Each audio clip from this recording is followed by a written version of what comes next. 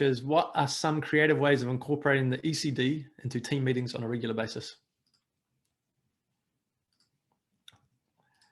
So I think we sort of talked about one of the ways, giving the team choice on the check-in conversation, the weekly retro intention or current status. Definitely using the existing timeframes or the timelines or structures. So I know in cricket, I work with a cricket organization here. It's really easy to use their seasons because they have seasons. So at the start of every season, we look back and then look forward. Play around with the existing structures that you've got and use those check-in conversations. Just change the time frame. So it's not a weekly thing, it's a fortnightly or monthly. Or the sprints, if you're an agile organization, using it for the sprints. So some people work in a 2-week sprint period or a 3-in-1. And there's numerous more than that. So thinking about those frequencies to inject the game into. Another one which has happened, government agency here last year used the game for a whole year. So at the start of the year, they went through the map your emotional culture process, came up with the top list of 6 for each, 6 things they wanted their emotional culture to feel and 6 things they didn't want it to feel like. And then once a month for the first 6 months, they picked one emotion. And they get, so in their monthly team meeting, I think it was like an hour-and-a-half meeting.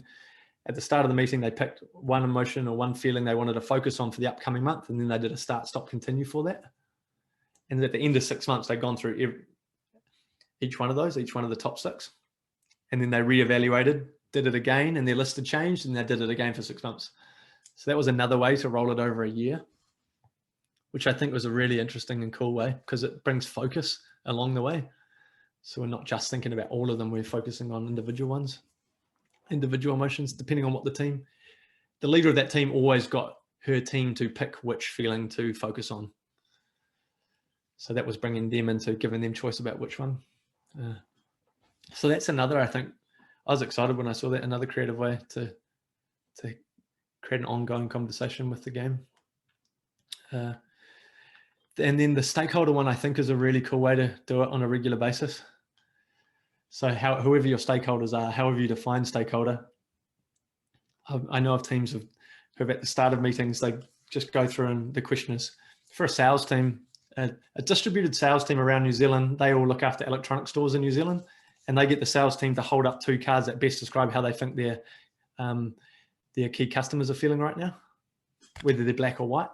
So it's just a good check-in conversation once again, but on the checking in with their perception of their clients. So not strictly related to the culture of the team, but using the cards. Ironically, the culture of the team will impact the experiences they're delivering their stakeholders, but just another way to have a conversation with using the cards, but injecting or unleashing emotions at work. Yeah. So that's 3 or 4 different little ways that you can get creative around it.